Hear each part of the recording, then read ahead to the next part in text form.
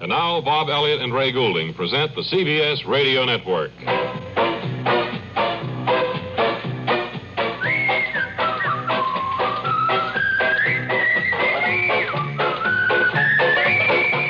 All right. Now, I wonder if I could Mary. have the microphone to announce my new project. Things are really flying for me now, Bob. Well, listen, you mentioned something last week about going into business or something. What is this? Well, I have bought an old home up in Maine. Hey, It's right on Turhan Bay. I know that place. That's beautiful up there. And I'm turning it into an inn with old New England food. And I think it'd be a that's- nice, lovely place, I think. I think people that's right to, down your alley. That's a wonderful thing because you are such a good cook. Well, I've always wanted to operate a place like that, Bob. And so long as I'm getting along, it's time for me to think of the future. Of course. What'd you get the Well, roof for? Well, I have what you call a mortgage. And the man at the bank advised me to put a heavy mortgage on it so it wouldn't blow away. That's what he said. The roof was a little light, huh? Yes, so that's what I've done. And you're right Put a lot of on money Turhan into it. Bay. What are you going to call this place? Well, I thought of calling it Dewdrop Inn, but then I realized there are thousands of those all over, so I've settled on Grossinger's. Oh, now, wait a minute. That's using that, too. Huh, who is? There is one up here, upstate New York here. It's funny, I probably heard about that, and it was in my mind, It's and kind I thought of it myself. Subliminal to you, yeah. Well, maybe Emily Shaw, or No, Mary... they have those, too. Oh, well... Just Mary Magoon. How about Skytop Lodge? Well, is it on a high point of land overlooking the bay? Yes, it's very high. There's a Skytop Lodge over in Poconos. Oh, there is one. there. Oh, well, then I think maybe I'll just call it Mary Magoon's Inn, home cooking. Fine. Are you going to do all the cooking yourself, or do you... Well, I'll have to get a salad boy, and I'll have to get a dishwasher, and I might Why have don't to you get get a French chef and I really do it don't know upright? about French cuisine up there. I think people want good old, what they call farm cooking. Well, of course, Farm they do look for breakfasts. that, I suppose. Country cooking. That's what we're going to specialize in. Country cooking. Well, you're going to appeal to the Rubens then, as well as the folks who that's travel. right. All the apple knockers who live up there, as well as the city folk who want to get away from the hustle and bustle of the city life. You're Apple knockers, rubes, anybody are welcome. I suppose you're going City to... slickers, you name them. Yeah. I suppose you're going to belong to one of the eating clubs, the credit clubs, so that... Well, I tell you this, I'll accept all credit cards. The only thing is, I'm going to send out my own bill and say whatever percentage would ordinarily be going out. Well, I don't... Kind of a sneaky way to add to my overall gross. I think it is. It's kind of taking My fair attorney, advantage. who's from Philadelphia, Mhm. Shule, he advised me to do that. Well, I hope you're successful. When do you plan to open? You got an opening date set, or... Yes, we're going to try to open the weekend after Labor Day. Hey, that's a real good time. I mean, That's you get... this coming weekend. Yeah, you won't be, It's the end of the season, but it's... Well, a big rush will be off. No, that's right. We can more or less mosey around and take care of one or two people, and we won't be troubled with too many. Going to have entertainment up there? Well, I thought maybe Saturday night we could have in some music, maybe a piano player, a celeste, organ, or something, I don't know. Floors are kind of creaky. I don't suppose we could put a heavy organ in No. there. You know where to come for your entertainment, the Bob and Ray Entertainment Bureau. We book all kinds of acts, and I think we would have something that would fit in very well at your inn. Well, I don't know, Bob. I think I'd rather go for some of the local people. I know there's several boys up there have their own orchestras. Well, keep in touch with us and let us know how the plans are working out. Calvin Hetchkith, I know, has a three-piece orchestra. He's not too far. He's over in Bailey's Mistake, Maine. Uh-huh. Well, we'll be up there for the opening. In fact, we can probably cover it if Ballou gets back in time. Would you? Well, thank you for making available this wonderful advertising. A wonderful Yes. free plug for you. Coast to coast, I can't get over it. Figured we weren't doing anything else today. And Mary, you've been out shopping? Yes, I've got everything now. I was picking out some drapes, and what I'm going to do is I'm going to drip candle wax over some old wine jugs for Good. lamps on the table. Well, you could start that right now. It takes a long while. Different colored wax. Get that I think I effect. saw that one place one Yes. time, and I liked it very much. It gives rustic appeal. Yes, we're going to have a roaring fire in the hearth and all. Hey, Mary. Hey, Bob and Ray. Yeah. Oh, friends, I think you Remember, Tex Mind if Blaisdell. I have one of your pistachio nuts there? Please help yourself. Thanks.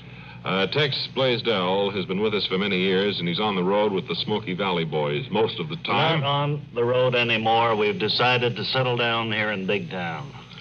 That old cowboy suit, how long have you been wearing that one? About 14 years. I wonder if we could change Got a lot of minds. good miles left in it. I wonder if you'd get downwind, Tex. And then All I right, could talk let me just move down to that other microphone. Wonderful. Good. Now I think I'll be more comfortable. Now, I think hear you will be Mary too. is going to open an inn and that she's looking for entertainment. That's and right. I figured this was just the spot for me and the Smoky Valley Boys. Well, you have the boys here. What kind of music will you entertain or furnish? Well, we furnish, of course, the traditional Western brand of music. Of course, it's been a long time since we played together, and we're running extensive rehearsals at the present time. I see. Do you want to give a little This one sample didn't right have here? nothing in it. This Do you want to give them a pistachio. little sample? Oh, really? That happens I sometimes. brought the boys up here, and maybe they could audition. Okay, come on, Mary's Pipe story. Plant and Rhubarb, all you folks. Slim Slim and Tex. and the other Tex there. Right. He don't talk, but he's a funny fella just the same. Okay, well, Mary, you want to give this a No, listen? no. I'd be delighted. And I only hope it's the type of music I want. All really. right, stand by, man. When I give you the downbeat, let's do it up real good for him. 1 and 2. Go! How do you like it? Well, What happened, Smokey? well, I mean, where's the Smokey's a little unused to the electric guitar there. He's got to Well, get unplugged there. Huh? pretty silly playing that with one foot in a pail full of water, too. Well, isn't I it? told you he was funny. Yeah. All right, well, go ahead. Try it again. Let's see. Well, let's have something different here, fellas. 1 and 2 and 3 and...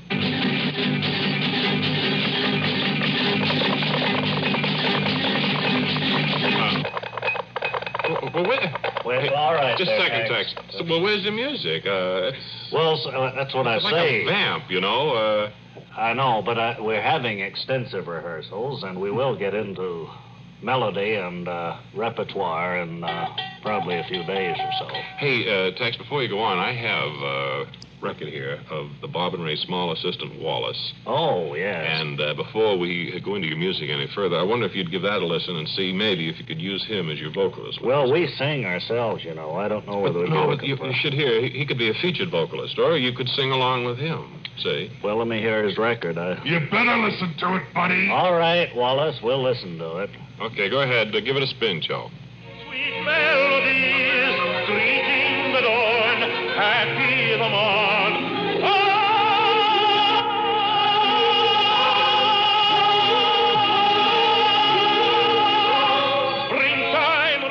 That's a lot of like noise it, out of a don't little you? feller like that, ain't it? Well, you like it, don't you? Well, it's good, but it don't fit into the Western brand of music. I don't think- Well, you see, Tex, I'd love to be able to hire you, but I'm afraid I don't like the it's all Well, I vamp. think Doesn't seem to this be any goes- tune.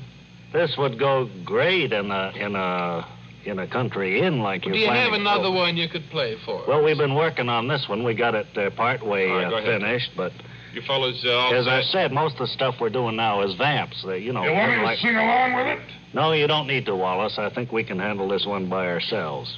You all ready, Smokey and Tex? All right. Give them a sample.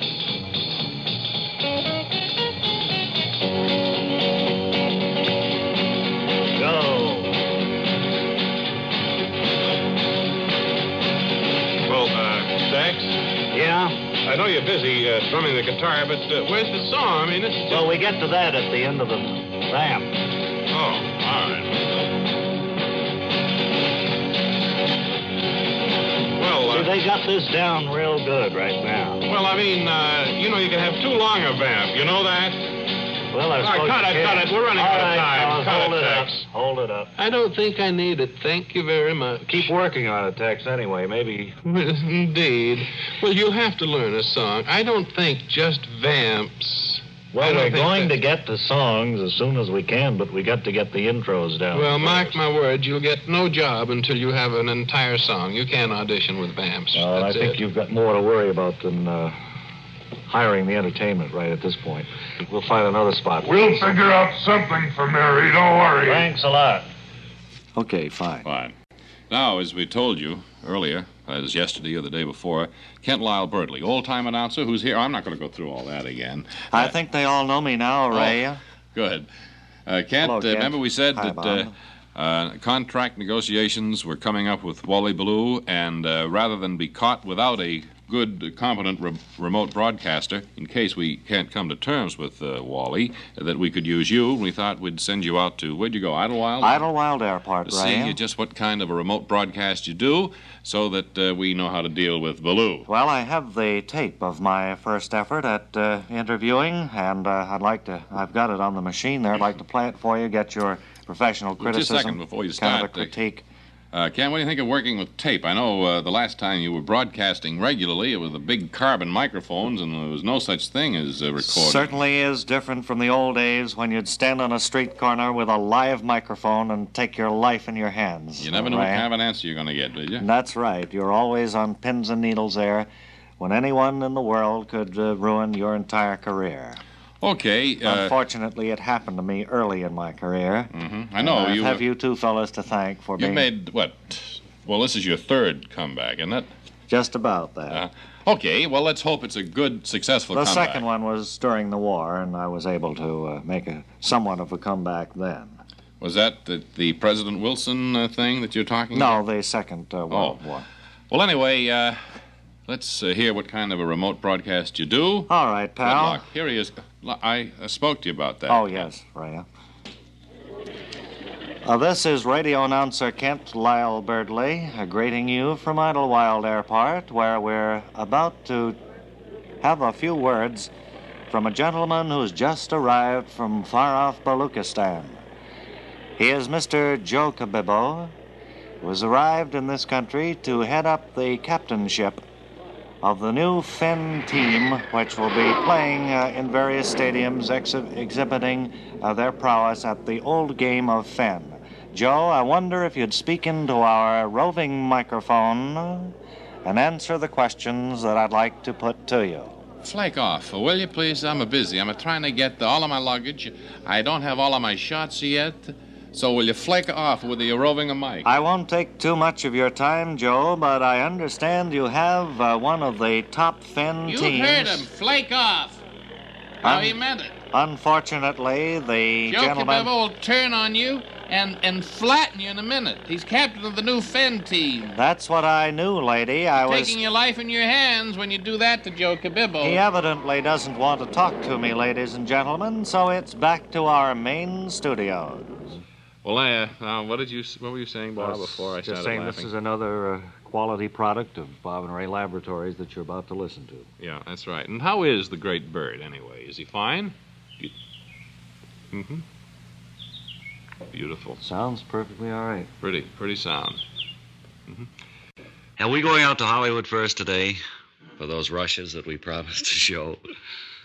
We are going to show rushes? Well, we sent Ballou out there to the set. You mean work for all of us, I suppose. Yeah, to the set of a new motion picture. Who's been playing with these earphones? You know, when we call in Wally Ballou, we have to put on earphones to hear what he's saying at the other end, and gee whiz, it's caught my wig. And now it's on sideways. That's terrible. I hope members of the studio audience will not be too shocked. But the part goes from your left ear right over to behind your right ear. How do you like that? I ran out of spruce gum this morning and had to use spearmint. Now on to Hollywood and Wally Ballou. This is what? Wait a minute. Is that right? Is everything right? Let's try again, Master Control, shall we? To Hollywood and our correspondent, Wally Ballou. This is Wally Ballou on Sound Stage 7 at Repulsive Pictures, where rushes for the new film The Proud and the Pooped are about to be run off. I'm speaking here with the star of the picture, Rock McGurk, who is just about to film the final scene. Is that right, Rock? That's right, Mr. Ballou. This is the barroom fight scene. That's right. And we're going to see some of those breakaway chairs in action. Well, I think might be of interest to your listeners that I perform in these actual fight scenes. There's no seconds or anything like that. We just don't have any... Alan Ladd and I both fight each other here. I see. Who comes out the victor? Allen lad. He does, eh? It's a pretty good fight, and it lasts about 2.5, 3 minutes. And he hits me with a pitchfork handle. Well, then he would end up in the role of the proud, is that right? And you? Well, we're both pooped. But he has more pride than I have. Well, I see the director calling for attention over there, so we'll just stand by. Attention over here. Watch for the I want attention. final scene. This is the fight scene, scene 1150. Take 2. Sound. Sound. Quiet on the set. We're Roll. rolling. Roll 'em.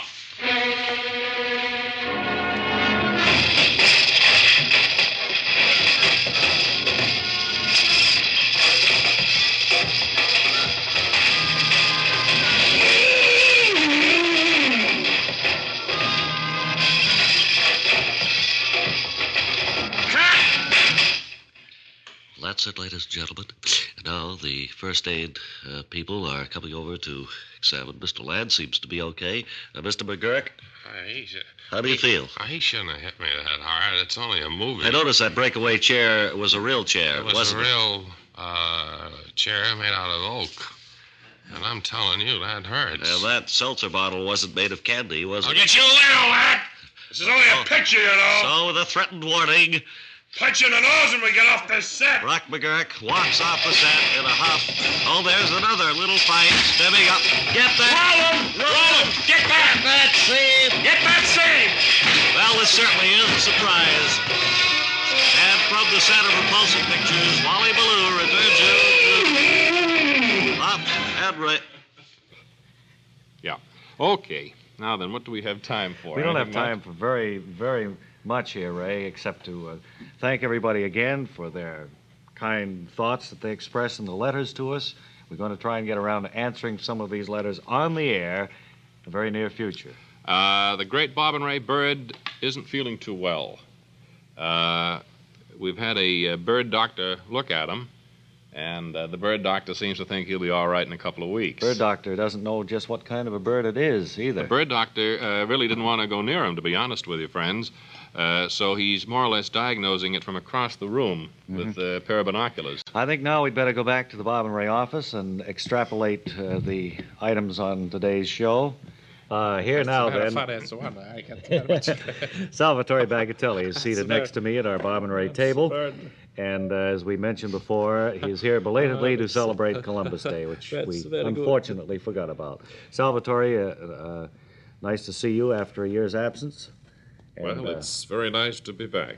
You speak very beautiful English. Well, the moment I know that I'm on the air, I watch my diction. Oh, I think it's wonderful. And my accent, because sometimes it slips.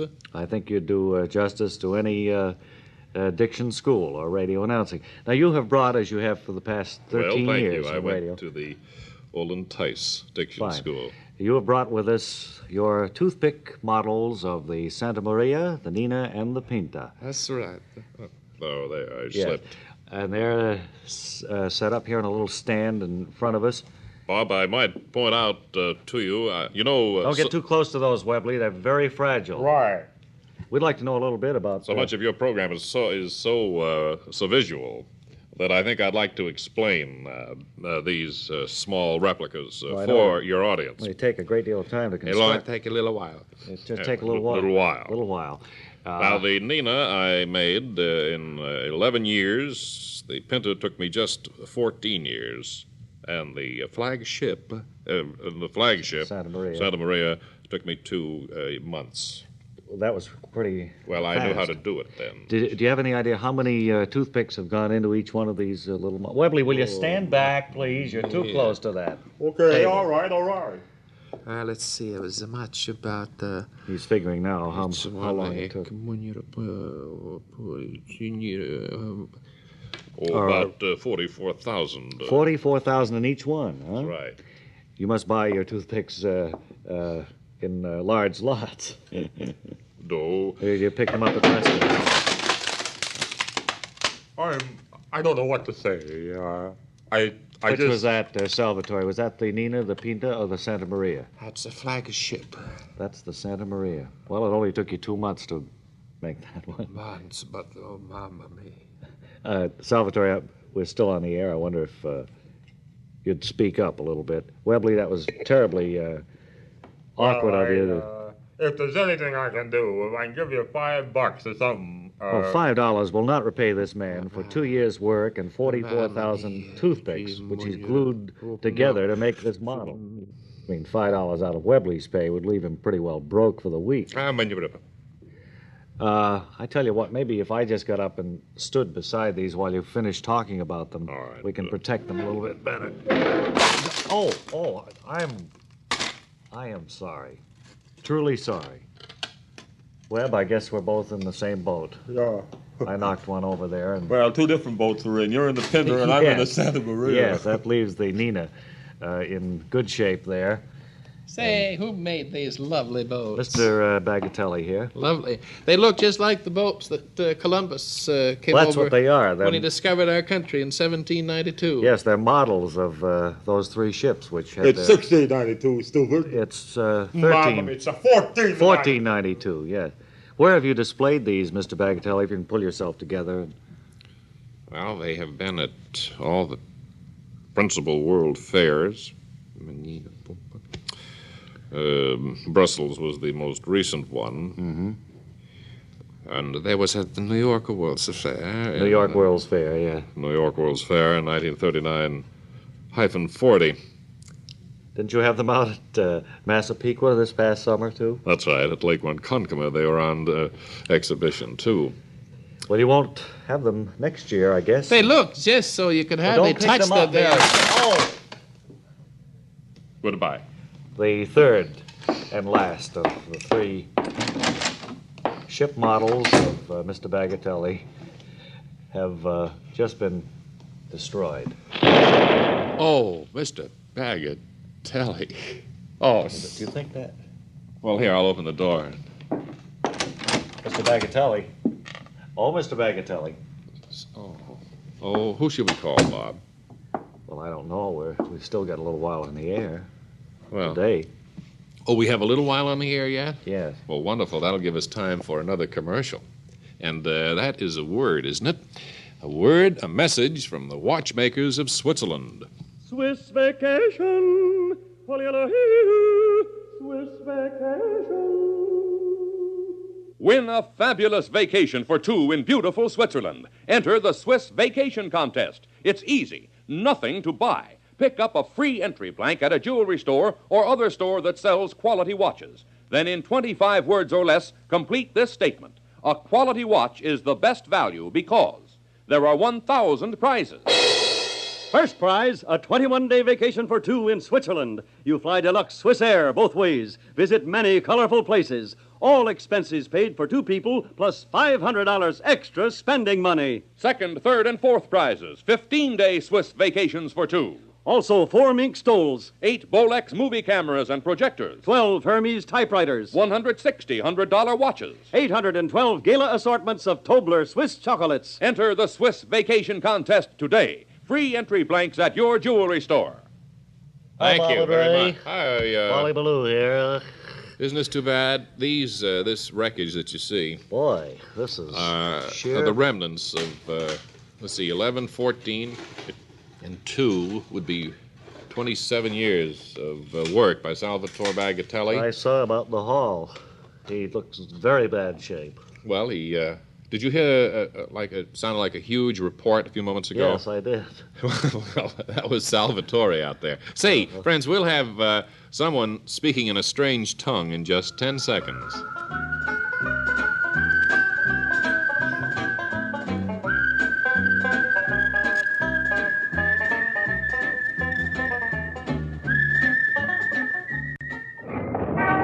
On behalf of Bob and Ray's campaign for a transistor radio in every home, this is award-winning reporter Wally Ballou conducting kind of a spot check on the street here, sir. I wonder if I could ask you a question or two. Certainly. I noticed you're carrying a transistor radio in your hand. Every place I go, I have my transistor radio with me. How many do you have at home? Well, at home, I got 2 here, one in my pocket and one I'm listening to. That one in my pocket has brand new batteries in case this one conks out. At home, there's one in the kitchen. The kids have one in each of their rooms. That's 4. And my brother-in-law he's using my other one. 5. That's pretty 5. good. Did I say the kitchen? Yes. And there's 2 in the operating room. Wonderful. You're a doctor then. No, I'm just a mad scientist. Well, this is Wally Ballou reminding you that whether it's for entertainment or emergency, a transistor radio is a must. Wait a minute now. Let's see. I have another transistor radio somewhere. Where'd that be? In my hat. This is, of course, a tape he's made with a special report. So come in, please, Wally Ballou. Lee Ballou, speaking from the general offices of the Uncomfortable Air Conditioning Company in Berwyn, Illinois, and I'm talking with Mr. Marvin Leppert, the president of the firm. As I understand it, your company deliberately makes air conditioners that... Wait a minute, engineer, let me take that again. Cut that out, I'll take that last time. As I understand it, Mr. Leppert, your company deliberately makes air conditioners that create a good deal of discomfort. Well, yes, our company deliberately makes air conditioners that create a good deal of discomfort. Of course, most firms in our field make their air conditioners deliberately. In fact, we've found that it's almost impossible to make an air conditioner by accident. Well, what I meant was the discomfort factor in yours is deliberate. That's right. Now, I have one of our Model 48Bs going on full blast here in the office now, and I think you'll have to agree that the agony it's putting you through is worse than anything you'd normally expect from an air conditioner. Yeah, I'd say it's about 15 above in here, and the wind is blowing it off the air conditioner. Edit that out a little later, engineer. Blowing it off the air conditioner at a good 30 to 35 miles an hour. Well, I'll fix that up by the time it gets on the air. Oh? Well, you're close. Actually, it's 12 above, and the wind velocity is 38 knots. 38. The best part is that there's absolutely no, excuse me. Sorry, they'll cut that out. No regulator of any kind on the machine. You can't turn it down. And the only way to turn it off is to chop it to pieces with an axe. I don't want to ask you to give away any trade secrets, Mr. Leppert. But is there any special reason why you only manufacture air conditioners that make people miserable? Will they cut that out later? What? Or I cleared my throat. Oh, yeah, sure. Well, will they get that, too? Yes, that'll be gone. Yeah. Well, there are 2 special reasons. I've got one of the best engineers in all of WOR, Rodney Harper, and he'll see that it's fixed before it goes on the air. Fine. Well, to answer your question, if I remember it now, there are 2 special reasons why. One is that we don't know how to manufacture any other kind, and the second reason is that we have a big backlog of orders for these, see? Want to clear your throat? Sure. They'll cut it out. Excuse me. Will they cut that out? Yeah. Frankly, I can't imagine who in the world would want one of these air conditioners. Well, mostly our business comes from stores that depend on a fast customer turnover, Wally. You see, on a hot day, people are lured into the place by the sign out front that says air conditioned. Right. But when they get inside and see how air conditioned it really is, they buy whatever they came for, and they get out as fast as they can. In other words, there's no problem with shoppers just dawdling around to keep out of the heat. Now, Mr. Ballou, to dawdle in a store that's equipped with one of our machines is to court frostbite, at the very least. Well, I can appreciate that. I'm standing we here also shivering.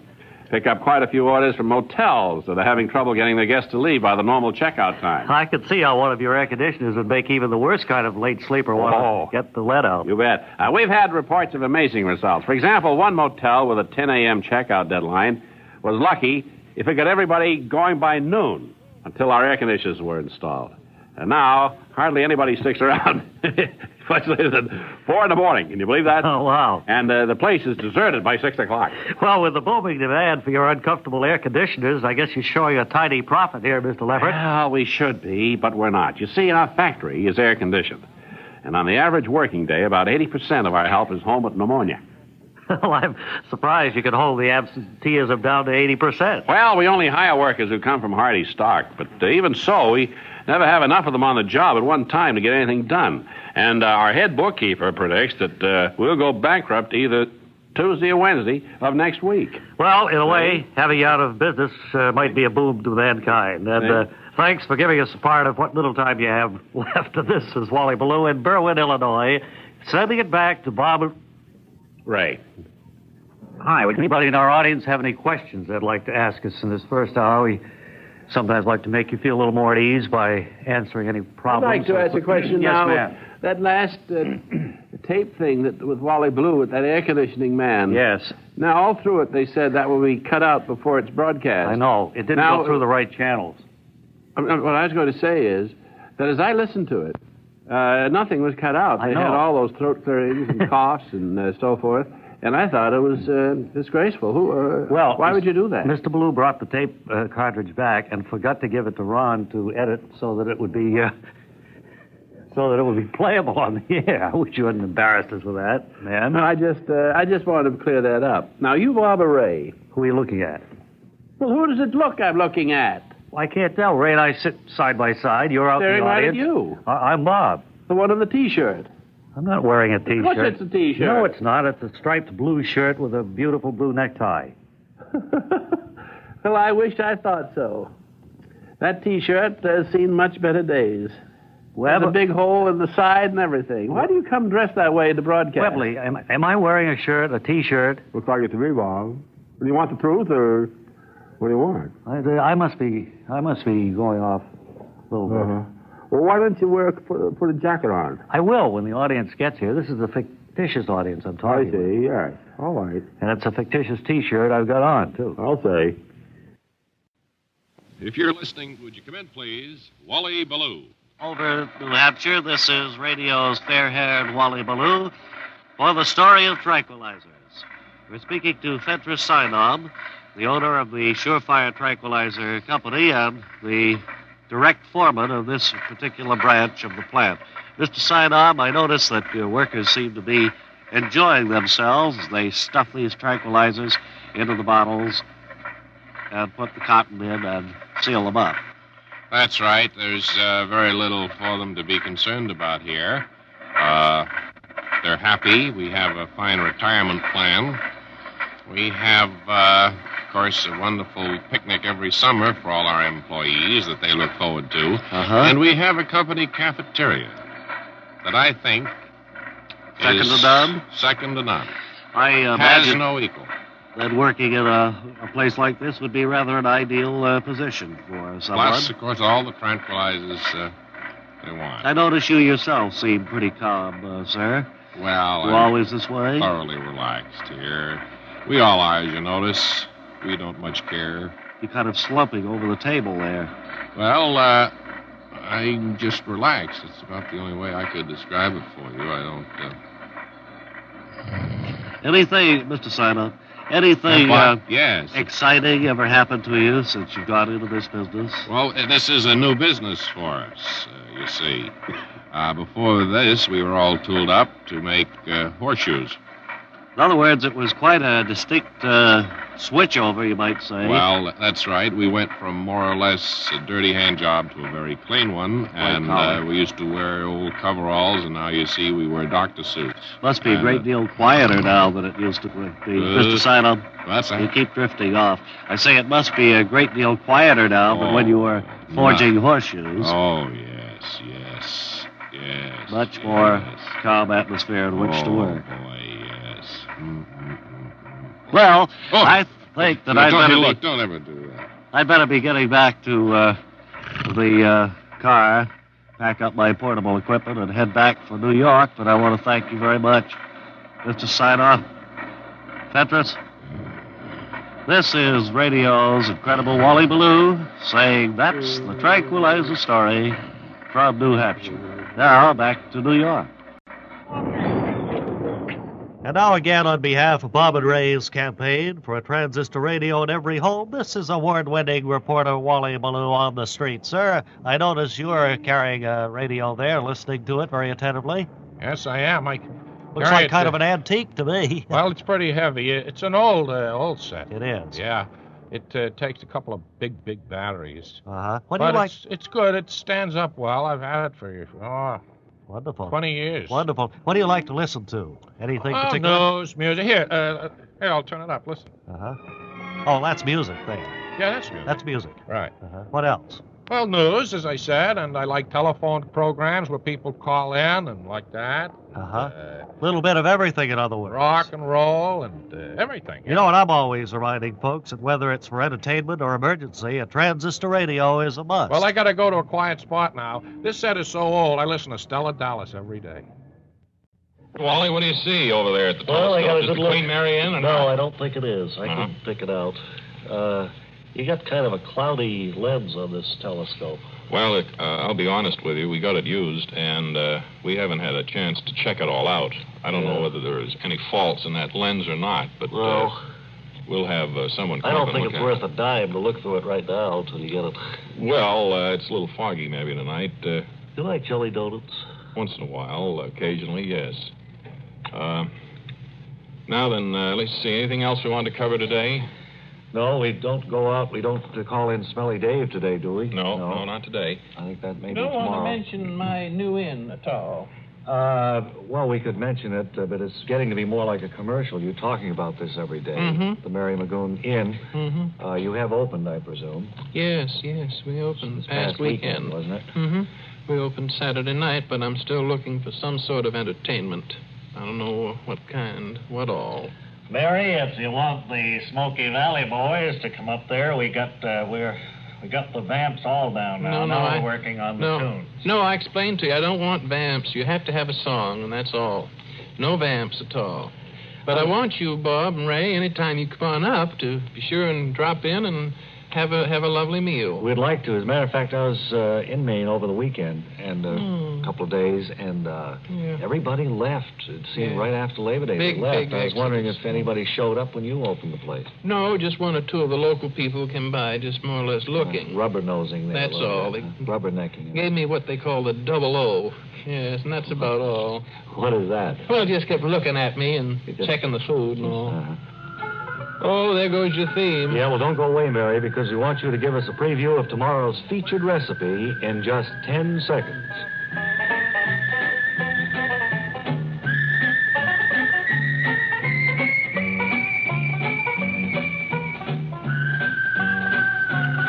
Now here's Mary with a preview of tomorrow's recipe. Then you cube a hunk of ice.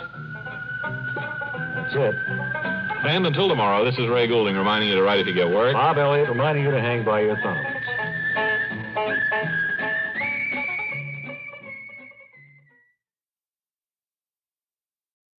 And now, Bob Elliott and Ray Goulding present the CBS Radio Network.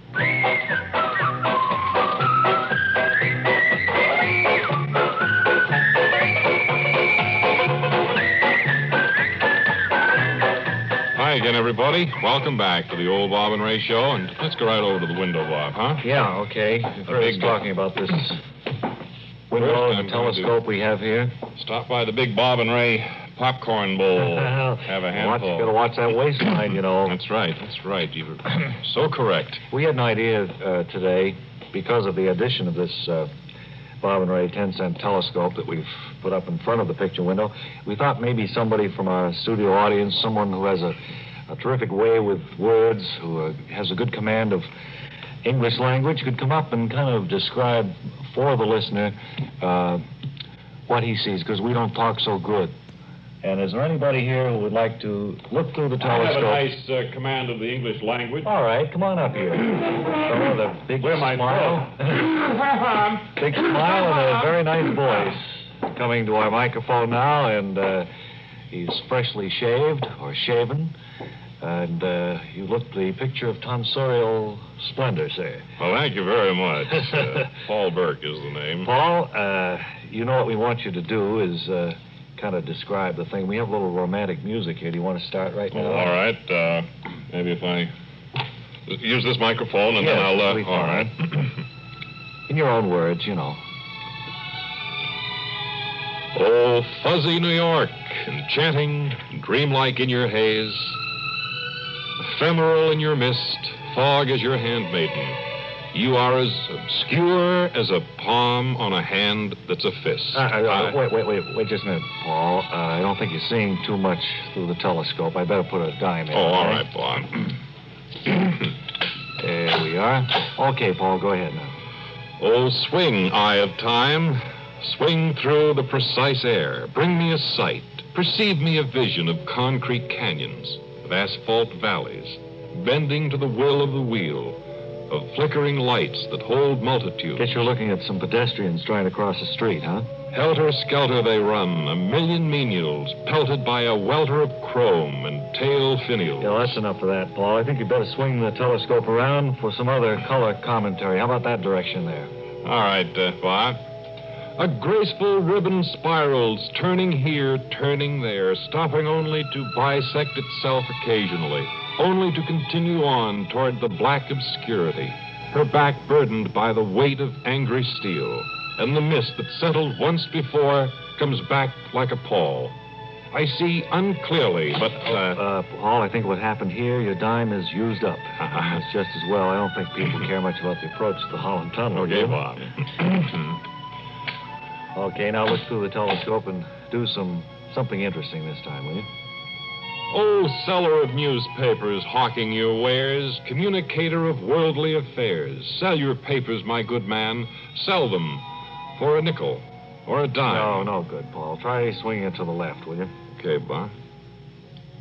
Oh, man with a top hat and a whip. Elegance, decadence, your face lined with 1,000 good times past. Your future, a montage of merriment. Though fop you may be. Wait. Let me look through that. Okay, Bob. Let me take a look here. That's not a fop. He drives a handsome cab. Paul, I think I've spotted a nice thing for you to poetize, though. Take a look here. All right. Oh, perfidious, hideous clock. You beckon time twice with 2 hands. Oh, evil reminder with your gears and mechanisms. That's right, Paul. Time's about up. Oh, rotten timepiece with your malevolent numbers. Would it that I were able to fly, I would hold your hands and prevent you. Oh, come on. All right, Bob. Paul, our thanks for You think I have a nice flow of language? Yes, you do, but I don't know whether it really fit or not. But thanks for your color description of New York City, and come back again when free verse is more popular. I think it'll go over better at that time. And thank you for the music, Mr. Music. That's very nice accompanying over there. Mary? Yes? What's the latest word on your inn up there at Turhan Bay, Maine? Well, it's coming along fine. We got the drapes, the tables, all the furniture, and I'm having the menu printed now. I don't know whether to have a la carte or just dinners. Well, why don't you make it kind of like, like farm... home-style serving. Well, big...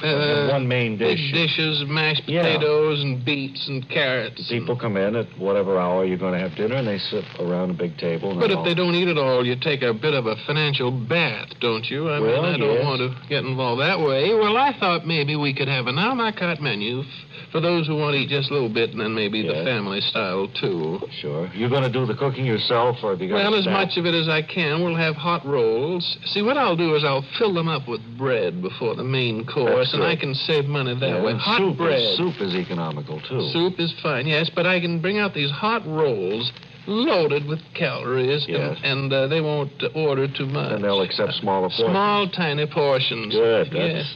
That's a good way, I think. Well, it's the only way I can do it. You're telling me about the telephone gimmick you have when people call up for reservations? You have some little catchphrase you use? Oh, yes. It's, I pick up the phone, I'll say, Mary Magoon's in.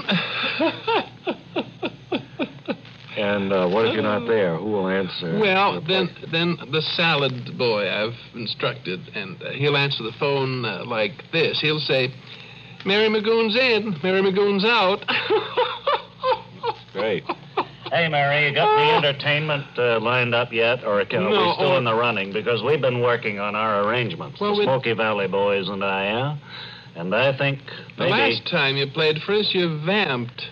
Well, we've added something to we've added Romeo. If you remember Romeo from the old aggregation? I certainly do. Well, we've got Romeo back. He's a funny fella. Every time you mention his name, you like to laugh. He plays the clarinet. Oh. And he's a little rusty, but he is getting with our arrangements, and I'd like to give you a sample of that Texan and Smoky Valley Boys music. You ready, Romeo? All right, well, go ahead. I'll listen. Right. Let's see.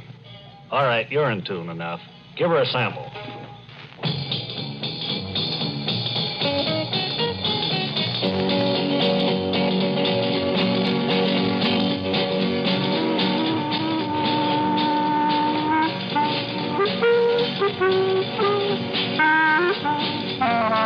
San Antonio.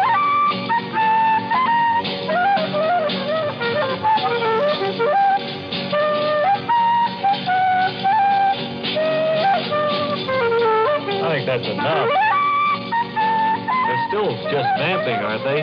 Well, the guitar players are. This is Romeo's solo. And it fits boy. in. All right, cut it out, Romeo. Well, Very good, boys. Thanks. If you think that I'm going to install that group, and particularly that Romeo, my word, he is as flat Yeah, as he wasn't playing anything very good. anything I've ever seen or heard. No. No, I don't think I want that text. I'm sorry. All right, well, we'll keep working on it. Maybe we'll come up with something. Good boy. I'm all for that. Well, look at here. It's good to have you in the studio again, sir. Thank you very much, Ray. You recognize the voice of our good friend Gore. Notice you're blinking at all these bright lights. You're Well, not it's used to not them. very often that I sit in an atmosphere of bright lights, as you know, down in the basement. It's rather cold and dank and dark. Yes, we know that. Well, of course, we know why you're here. I wonder if you'd tell those listening just what brings you up here. Well, a few weeks ago, I recited the lyrics to a song after being tutored by your Miss Attired. The male was so enthusiastic that I've decided to recite another one with the help of Webley Webster. Is Webley going to do anything, or? Webley will provide the musical background. Well, that's wonderful. I certainly hope that all the children enjoy it. I know that your tutor, Miss Attired, is listening downstairs, and I imagine she is as excited as you are on this occasion. All right. You all set, Webley? Webley? All right. May I have my background, please?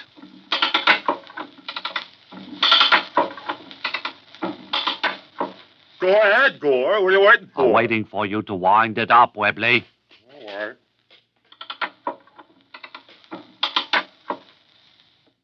It's all set. What are you waiting for, Christmas? All right, go ahead. Hep, hep, there goes the Johnson rag. Hoy, hoy, there goes the latest shag. Hoy, hoy, it really isn't a gag. Hep, hep, there goes the Johnson rag. Jump, jump, don't let your left foot drag. Jeep, jeep, it's like a game of tag. Juke, juke, it's even good for a stag. Jump, jump, and do the Johnson rag. If you're feeling in the groove, it sends you out of this world. You hold it a second, Gore. What's This the thing matter, ran Webley? out of me. Let me wind it up again. How many more lines have you got to go? About 6. Oh, hold on. I'll just wind this thing up. Don't break it. Funny how it makes you move. I don't want to coax, but don't be a mokes. Zig, zig, then add a zig, zig, zag. Zoop, zoop. Just let your shoulders drag. Zoom, zoom. Now it's right in the bag. Get hep and get happy with a Johnson rag. Now you can let it run down now. You've been listening to Gore? Say a song, the Johnson Rag. Full accompaniment. Accompanied by Webley Webster. And I'm sure that Miss Attired is as thrilled as we are. Thank you, and good luck, Gore. Well, I'm even sleepier now than I was at the beginning of the program, if you Well, could believe it. I tell you, Wally Ballou can always wake you up. He headed right up to Turhan Bay, Maine, and Mary Magoon's in for a little rest. Oh, good. Is he standing by now with a microphone? I think he is, yes. Okay. Wally Ballou, come in, please, at Turhan Bay, Maine. Standing by with my microphone here, this peaceful section of the coast of Maine. Standing, as I say, looking at the charred remains of what was once Mary Magoon's Inn. Just about 2 hours ago. May I get some more wire through here, please? The big warehouse in the back. About 2 hours ago, the great old mansion, which Mary has for the past month been running as an inn, somehow caught fire. And I'm going to try and find out the story here because I sense there is one. Mary is distraught, as you can well imagine. Oh, boy. This has certainly been a shocking day for her, and one which called up the various fire departments of all the surrounding... Hi, Mary.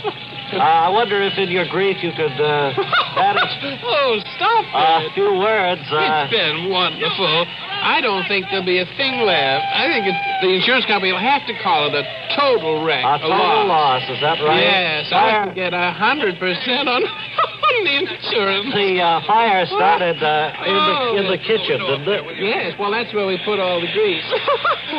Oh. Certainly a sad occurrence. Get out of the way. Let the men work. Have a little more wire here, Eddie. Too much smoke in there. There's still plenty of smoke in there. Well, we put an awful lot of grease.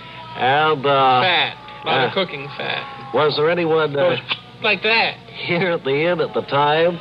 No. Oh, absolutely not. No. I'm beginning to be infected by your happy frame of mind. It's really not so bad when you think about it. No. Well, when you realize that I had put all my savings in this restaurant. The roof is going, ladies and gentlemen. The roof is going. All hands out of building. Stand clear. All hands. Giving orders over there. Check your men, Lieutenant. Coach Harry. Okay, Lieutenant. Griffin. And what were you saying, Wally? I was distracted by the fireman there. Sanchez is, I think, everybody is turned out to help. Sanchez, his father was a wonderful lobster fisherman. He's not a full-time fireman, is he? No. Well, as I was saying, you see, I had put all my life's savings in this inn. Had it heavily insured. Yes, and I had to, and the business just was not there. And then I had that swinging trio come by, and they turned out to be 12 pieces, and they ruined all the business. So naturally, I had to put my head together and come up with an idea. And this is the result, is that right? That's right, Wally. Well, there isn't much here to describe to you, except that... Well, I'll be back down in New York now, a week Tuesday. I'll be loaded. All right, well, they'll be looking for you. Water till we drown. I guess that wall smothered most of it, Chief. I'm sorry about it, Mary, and on behalf of the whole staff. Enough to keep things under control here, Lieutenant. I know that their thoughts Is are there with you. anything I can do, Lieutenant? So, for Turhan Bay, Maine, amidst this sad picture... Sanchez! This is Radio's Wally Ballou, returning up to New York. Thank you, Wally. And a beautiful account of Mary Magoon's insurance fire at Turhan Bay, Maine. Well, it's too bad. She has had very bad luck with that inn since it opened. And this may be the answer. I don't think she was cut out for that kind of work.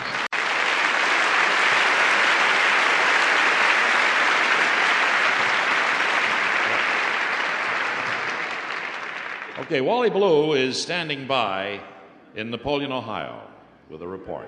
Come in, please, Wally Ballou. Lee Ballou here in Napoleon, Ohio, at the Great Lakes Paper Clip Company.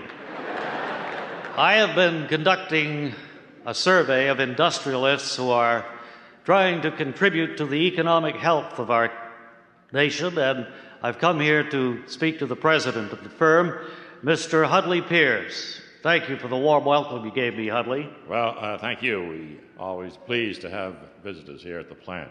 I was amazed to find such a huge factory devoted to the manufacture of such a small item as paper clips. Well, actually, we're one of the small fellows in the business. There are several companies much bigger than ours in the paperclip business, but we all have the same problems: waste, inefficiency, goofing off, so forth.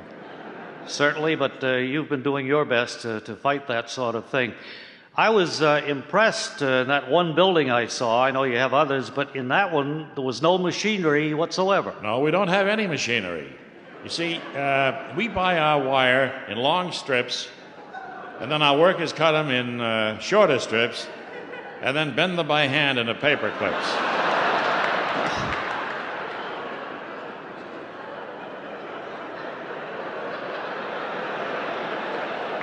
You must have to get a tremendous price for your product if it's handmade like that. No, we're actually holding the line on cost there.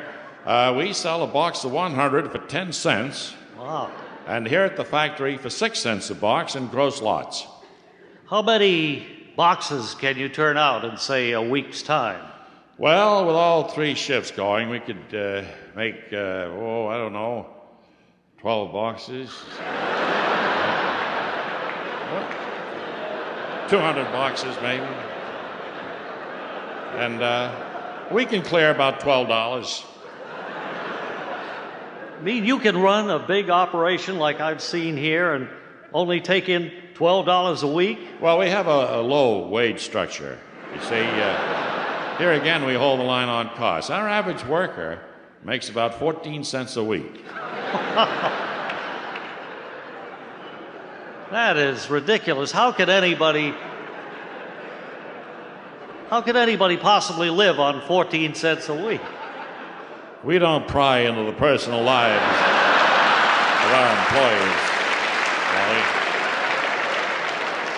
But as I understand it, our people live in caves on the edge of town, and they forage for food. Well, I noticed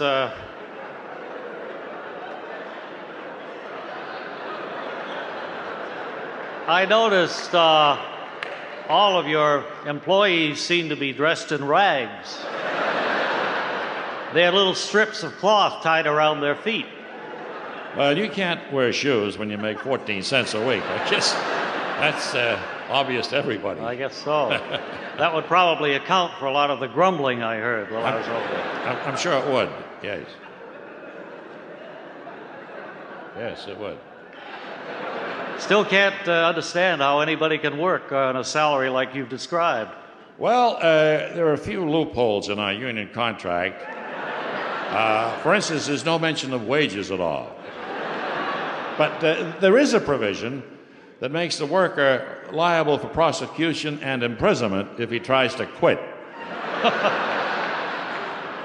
I imagine the union will have that changed the first chance it gets, huh? Well, no, we have what's called a 99-year sweetheart contract. And it has 86 years to run, so we're in pretty good shape. Well, you've got some time to look ahead, Mr. Pierce, and thanks again for the welcome I got out here. A tip of our hat to you in your fight against all of this waste and corruption. Thank you very much. Hudley Pierce, the Great Lakes Paperclip Factory. Thank you.